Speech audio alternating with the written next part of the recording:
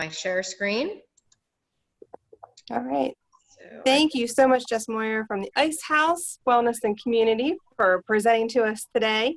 So I'm going to turn it over to you now. Okay, give me 1 second and I'm going to open up my share here.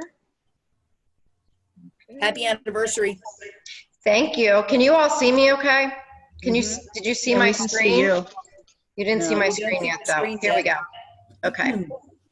Give me 1 second as I am working through. Ah, here it comes. Okay, yes, let me go back to the beginning. Oh, there it is. Yay, sorry. Here we go. So as that was a quick presentation. There we go. All right. So thank you so much for inviting me to speak on the stronger mindset and the 5 Gs for mental strength. If you don't know me, I am a member of the Chamber of Commerce for just 1 year now. I'm Jessica Moyer, the owner of the Ice House Wellness Plus community in Wyoming, Delaware. So obviously we're all working through some really unique times, and I felt this presentation was really important to help all of us develop a stronger mindset using the 5 Gs. And the 5 Gs are gratitude, generosity, growth, grit, and yes, grace. So I wanted to share some information about how I got to this point and also how to use these Gs to really help you not only personally but professionally as well. So we are going to go ahead and move to the next slide, and just a conflict of interest statement. I have no actual or potential conflict of interest in relation to this presentation. So when you think of a stronger mindset, what words come to mind? And feel free to chat them in the box. For me, I think of resilient, tough, not giving up, being persistent. And especially now, this is really important to really have that mindset and adopt that mindset. So back in February, before all of this kind of broke out, literally the last week of February, I was in Texas at the Ziglar Legacy Certification.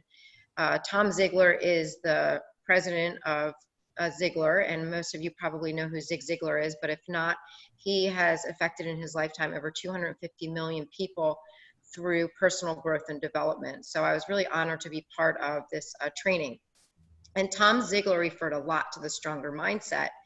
And he said he believes that every trial, pressure, and challenge we face makes us stronger. And I think we are really being put to the test now, and I think you would all agree. And feel free again to just drop those comments below. But he referred to a book called Anti-Fragile by Nassim Taleb. And if you get a chance to look up that book, if you think of the word anti-fragile, it's obviously the opposite of what fragile is, which is weak, breaking easily. And we have some choices right now. We can choose to be fragile and kind of just listen to all the outside noise, or we can really be anti-fragile.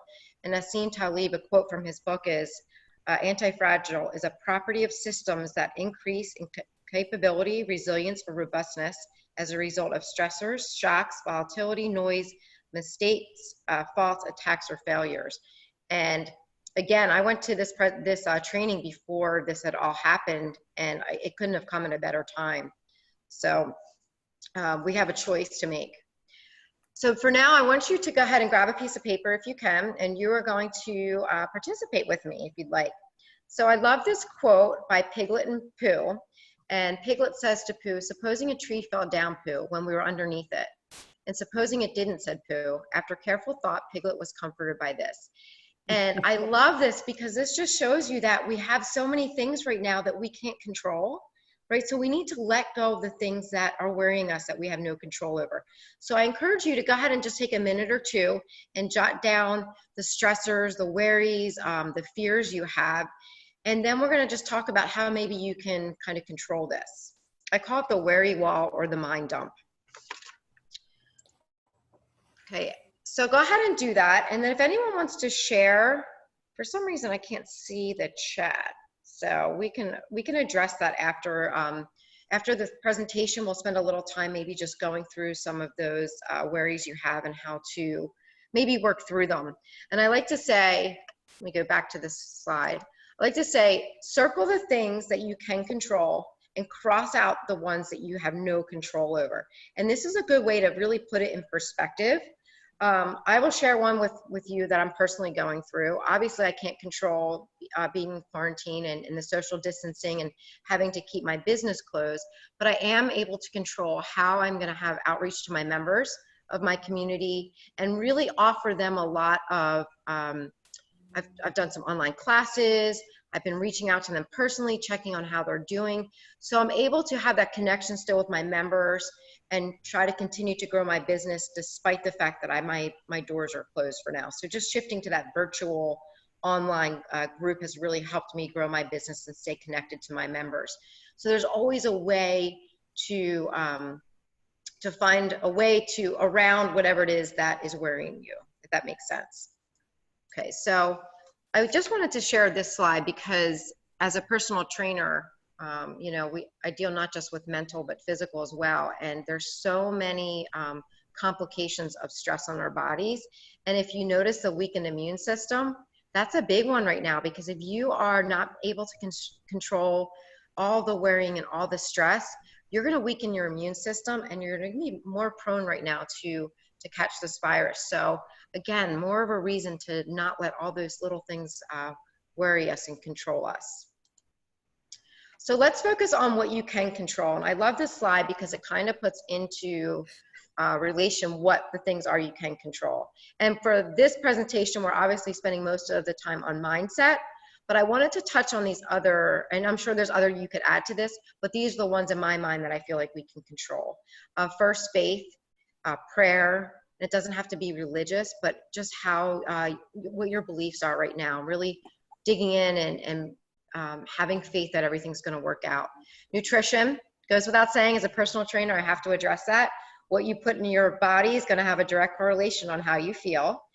Your spending, and I'm a big Dave Ramsey fan. I don't know if you're familiar with who he is, but he's like a big financial guru. A lot of you have probably heard who he is, money makeover, but controlling our four walls, being able to at least take care of our house.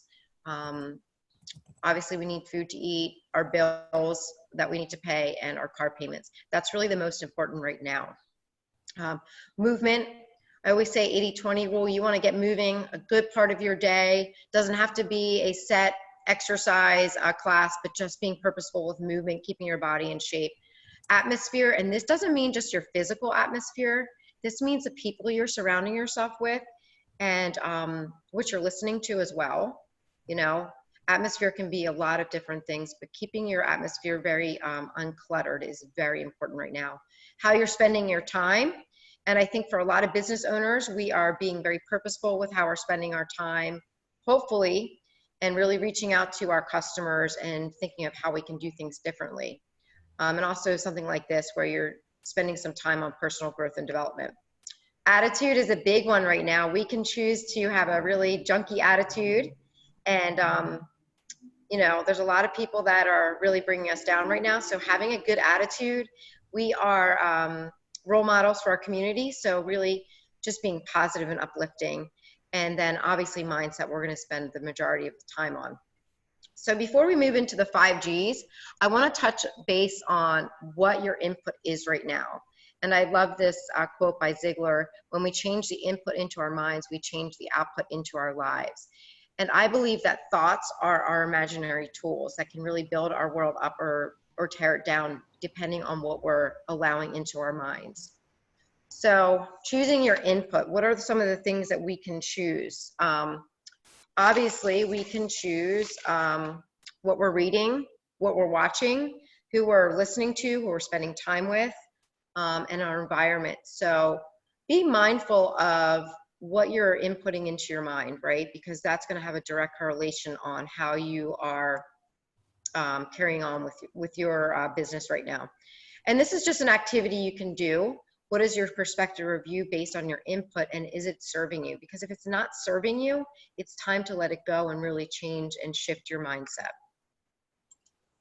All right, so now we're going to get into the meat of the presentation, the 5 Gs for mental strength. And I just put a quote that I thought was significant for each of these. And a lot of people have asked me how I've come to this 5 Gs for mental strength. And if you don't know my personal story, 18 years ago, I had a son, Stephen, who passed away from a genetic disease, and I literally had no control over it. And I actually said to my husband the other day, this situation kind of reminds me of that, because we were kind of quarantined to our house for 5 months during his illness, because we didn't want to bring anything into the house. So it really kind of brings me back to that time. But over the past 18 years, I have kind of developed the 5Gs, or this toolbox, to help me deal with my own trials and tribulations throughout life. So the first one is gratitude, and I think you will all agree, by finding things we're grateful for each day, it's hard to be negative when you start and end your day just saying what you're grateful for. This is my family. They are my rock. They really helped me through a lot, and I feel like just holding on to those things, even if it's the smallest of whatever it may be in your own life, just really being appreciative for that and counting your blessings really can help you shift your mindset. And feel free to go ahead and maybe journal some things that you're grateful for. The second is generosity. And I know for many of us, we are challenged with finances right now. Some of us are not working. We're on unemployment. But you can give of your time and your talents. And I've seen this time and again in our community right now, by people just donating their time and their treasures, meaning their talent, right? So we can make a living by what we get, but we can make a life by what we give. And I love that quote by Winston Churchill, because that just shows that it's not just making money. It's how you're giving of yourself that really makes a big difference. So I encourage you to really kind of think outside your box and reach out to other community members and offer your time or your talent. And personally, I've been asked to do a lot of like videos, fitness videos for schools, for different businesses, just to help their members or their students take care of their self physically. So again, I encourage you to figure out what those are, so you're able to go ahead and donate those treasures or your time. Next is growth. This is a picture of me at the end of the Ziglar certification with my class, and this was just a great day for me. I have this picture in my room because it reminds me that each day we can pour into ourselves and become better. And so this was at the Ziglar Legacy certification at the end, and this makes me happy because I poured into myself. And I think it's so important as community members and as business leaders to constantly reach out and try to better ourselves. So this is a quote by John Maxwell: success is when I add value to myself, significance is when I add value to others. And you can do that by pouring into your own personal growth through podcasts, through books, through trainings, through things like this. I'm constantly learning from others, and also having a mentor. And I love this slide because it shows you the difference between goal mindset versus growth mindset. Because it's awesome to set goals, but you really want to go beyond that and think bigger. So a goal would be, for instance, focusing on a destination versus focusing on a journey. And you can go ahead and read through the slides. But you know, we want to be leaders in our community and really help people grow through all of this, right? Through the trials. And next I have grit. And this is one of my members who, she shows me grit. So I just wanted to demonstrate someone in my life that, you know, I feel like when you think of the word grit, you think of someone that really pushes hard and doesn't give up. And this is a member who has fought through breast cancer, and she continues to inspire me through not giving up, through showing up for herself and really digging deep. And that's what grit is. So how can you be like gritty in your own life and not give up? Grit is living life like it's a marathon and not a sprint. There's actually a book called Grit by Angela Duckworth. And that's where, you know, I feel like we can all grow, is to be a little more gritty and dig in and really push ourselves. And this is just a slide that shows you the difference between like a growth mindset, sorry about that, and you know, really pushing a little deeper. So this is something I would use with my clients by just saying, well, at least you tried. It's like letting them give up on themselves versus saying, that didn't work, let's think about another approach, because there's always more than two ways to do something. And then last is grace. And this to me might be one of the most important, because we need to learn to forgive ourselves, to let ourselves fail sometimes and learn from the failure. because as long as you're learning from failure, you're not failing. So practicing the pause, giving yourself a little downtime. We're working so hard right now, but you need to have that time to just relax, right? And kind of regroup. Being intentional with what you're doing and purposeful, knowing that for whatever you're doing, there's a reason behind it. Again, failing is not failure unless you're allowing it to defeat you. And then not comparing yourselves to others, because that's really important right now, because we're all on our own journey. So again, on each of these slides, I did a little activity you could do on your own to journal and kind of reflect on each G. And then this is my last slide. And again, this was something that Tom Ziglar says: legacy is intentionally preparing those you love to grow through life's most difficult challenges. And I love this because this just shows, like, the people that we love, showing them how we're getting through those difficult times is going to leave a legacy. Legacy is not just leaving money to someone. It's really leaving a way to how you're going to live your life. And this gives us a perfect opportunity right now to show those people we love how we're dealing with the situation and how we're growing and how we're helping others through this tough time. So that is my presentation on the 5 Gs. I appreciate you all listening. Again, this is all new for me. I'm putting myself out there, kind of being a little brave, because we need to be a little uncomfortable right now. This is definitely outside my comfort zone. When I reached out to Dina, I was like, what did I do? But I know there's a lot of room for improvement, and I appreciate any feedback. I meet with Tom Ziglar tomorrow, and I get to walk through this with him, and I wish it was before this presentation, but it's tomorrow, so he gets to really give me some positive feedback and how I can continue to grow. So yes, this was wonderful. What a good presentation. Thank you. There's a lot of, there's a lot of meat in there. There's a lot of really important stuff that I think, people could listen to this and copy those questions and take it away. And, those questions are not the kinds of questions that you just answer once. You can answer those questions every day and answer them right. differently. And you said so many cool things. And the whole legacy piece, I think, is so important for people to understand that it's not about money. It's about lifestyle and lifelong habits. And, when I was working at the school, we used to have a poster in the teacher's room that said that the job of the teacher was to enable the student to get along without the teacher. That's legacy. Being able to get along without the teacher and having an impact on somebody that they can carry away. And they only have that because they were around you, it's that kind of thing. And to be grace for other people, as well as for yourself. That's something that promotes growth, and it also promotes legacy. It's just very important. I love the G's. Excellent. Thank you. Yeah, there's, like I said, there's a lot of room for improvement, but it's a start. Honestly, before all this started, I had never even done a PowerPoint presentation. I didn't know how to do a Google slide. So it's really pushed me out of my box. Because as a trainer, you are like with people all the time. It's not virtual.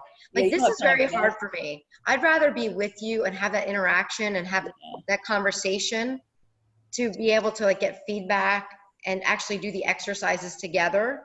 Sure. So this is really a shift, and it's very challenging. Well, you did not appear nervous, so. No, not at all. Well, I have a really forgiving audience.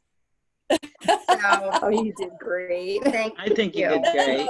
I think it was great, and I think it will be a huge benefit to anybody who listens to it. And, like I said, it's the kind of thing that we're going to all walk away from this, and there will be moments today and tomorrow and the next day when we go, oh, that's a little bit like what she was talking about in that presentation.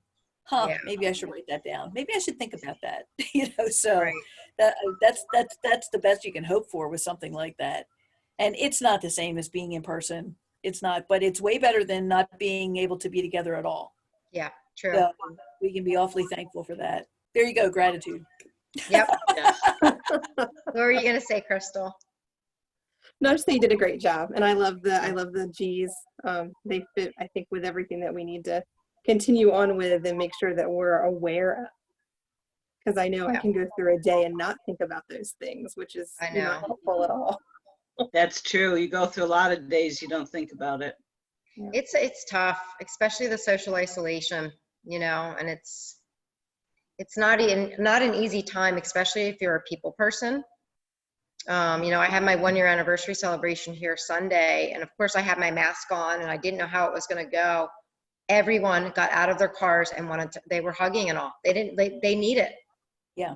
And I was like, I can't say no, right? No. People are craving it.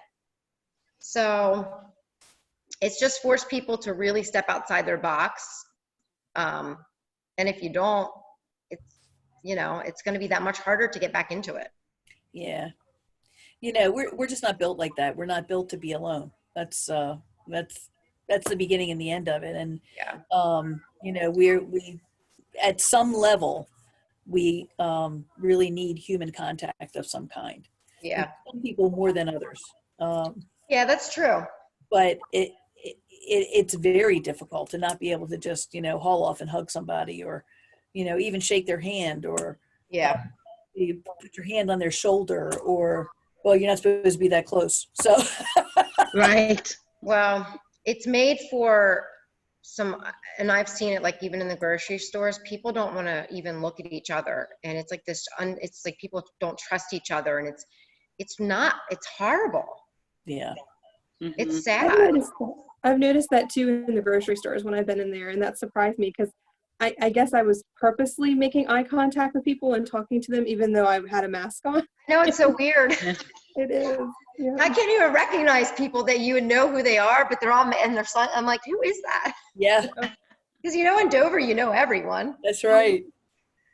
So, You know, I have noticed how much I must, and I think we all do this to a certain extent. I think we lip read more than we think we do. You know, because Yeah. when somebody's talking to you, it's their whole face that's talking to you. And with the muffling of the mask and not being able to see their mouth, it's a struggle. You got to really, you know, work hard to get what they're saying. yeah. Well, it's kind of like Yeah, on Zoom when you go in and out. Yeah, and people, What are they people saying? sometimes they put that mask on and they're like they're hiding behind it. You know? Well, Yeah. mine comes up to like here because I have a scarf. Right. So weird. Yeah. I didn't realize that I like people smiling at me so much, or that I smile so much at people I walk by, until I smile behind my mask and they don't know it. And then Yeah. I'm looking at them thinking, why aren't you smiling at me? I know. But Well, I you do. can't tell. Exactly. You can't Well, tell. one thing we're going to learn is we're going to develop a habit of looking more closely at people's eyes. Mhm. And that's not such a bad thing, because somebody's eyes can tell you a lot, you know, and often we overlook that. You know, we're distracted, we're looking around while we're talking to people or whatever, and now we're having to concentrate on them because we're trying to figure out what they're saying. Right. Yes. Yeah, this has been a really crazy situation. And I feel like so many people they need to turn off the media because you're not getting anything that's accurate. It's really unfortunate. Mm-hmm. Yeah, I think they're making it worse. Well, and we have no way to measure any of that, you know, and you know how that is. Everybody can see exactly the same thing and report it to other people, and the story's going to be different depending on who the person is. Yep. And it's no different with the news, you know. They see it, they report it from their perspective, and it comes out how it comes out, but it's not always the most accurate. It's certainly not the most uplifting. Like whisper down the lane. That's right. That's right. Yeah, we The used to call story that, changes. that was called telephone at school, you know. Yes, yes. Let's Can play I ask you a question? Sure. The lady that wrote Grit, her Yes. first name was Angela. What was her last name? Angela Duckworth. D-U-C-K? Yes. Yeah, it's a really good book. Like I'll pick it up and just read sections. Also, there's a free ebook by Tom Ziglar called Stronger. I'll link that too. I can send that to you, Okay. Dina, so people That'd can be access great. the book. He wrote it like right after this all started, and then just like gave it to people for free. Cool. So, and then John Maxwell's book, I didn't show that last slide, 15 Laws of Invaluable Growth is another book that I got some of those quotes out of. So, Yeah, I'm struggling with finding like, because I know you're supposed to do a lot of more personal stories. And so it's like trying to figure out how to all do that virtually is, I don't know. It's weird. It does, it seems really weird because you don't have the trust factor of being in the same room with the person. You can't Yeah. really read. You know your story better than anybody. Yeah. So And I don't like to get too much into it. you have to be really confident that what you're saying is absolutely your story, you know, and remember that nobody else knows your story like you do. And Yeah. sometimes that can give you some serious confidence so that you can go ahead and tell it. Yeah, for sure. Well, I appreciate all of you. Well, thank you for doing this. We really appreciate Yes, thank you. You're Thank welcome. It was If I can very help- nice. If I can help in any other way, let me know. Yeah, but you all Thanks. hang in there. You too. We'll post I'm it gonna- up and, you know, I'm gonna go hopefully that- virtually train again. Yeah, It's so hard to virtually train people. I can only imagine. Yeah. So especially kids. I can't imagine all these teachers trying to teach these kids virtually. Do you think they're going to go back to school in September? Please say yes. I hope so. I would hope so. You know, I was talking to